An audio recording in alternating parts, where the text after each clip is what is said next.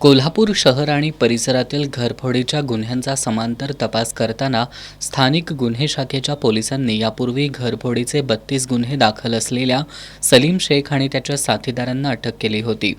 शेख यानं पुन्हा साथीदारांच्या मदतीनं कोल्हापूर शहरासह जिल्ह्यात घरफोड्या केल्याची माहिती पोलिसांना मिळाली होती. त्यानंतर पोलिसांनी शेख याच्याकडे चौकशी केल्यानंतर त्यानं अन्य एका साथीदाराच्या मदतीनं घरफोडी केल्याचं सांगितलं. तसंच एका मध्यस्थीमार्फत चोरीचे दागिने दोघा सराफांना विक्री केल्याची माहितीही त्यानं पोलिसांना दिली.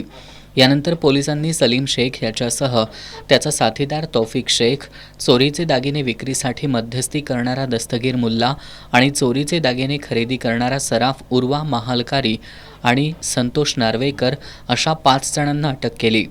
त्याच्याकडून 12 गुन्हे उघडकीला आणत सुमारे 12.25 लाख रुपयांचे सोन्या चांदीचे दागिने जप्त केलेत, अशी माहिती स्थानिक गुन्हे शाखेचे पोलीस निरीक्षक रवींद्र कळमकर यांनी दिली आहे.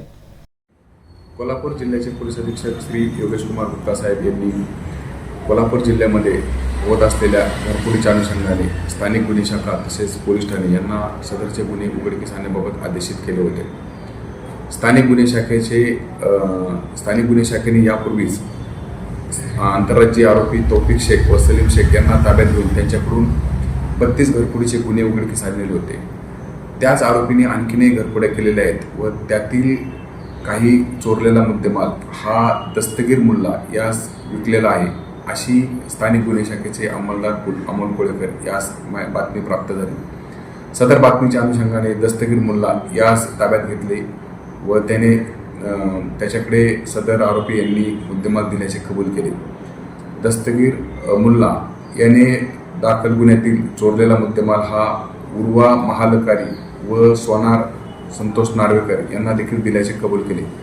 या 5ही आरोपींना ताब्यात घेऊन त्यांच्याकडे एकत्रित तपास केला असता त्यांनी त्यांच्याकडून 126 ग्रॅम सोनं, त्याचप्रमाणे 718 ग्रॅम चांदी व इतर तांब्याच्या वस्तू हस्तगत करण्यास स्थानिक गुन्हे शाखा कोल्हापूर यांना यश प्राप्त झालेले आहे. आरोपी तौफिक शेख व सलीम शेख यांनी करवीर पोलीस ठाणे हद्दीतील घरफोडे केलेले 7 ठिकाणी, त्याचप्रमाणे आजरा पोलीस स्टेशन हद्दीतील 1 घरफोडी, राधानगरी व वडगाव येथे देखील घरफोड्याची ठिकाणे दाखवलेली आहेत.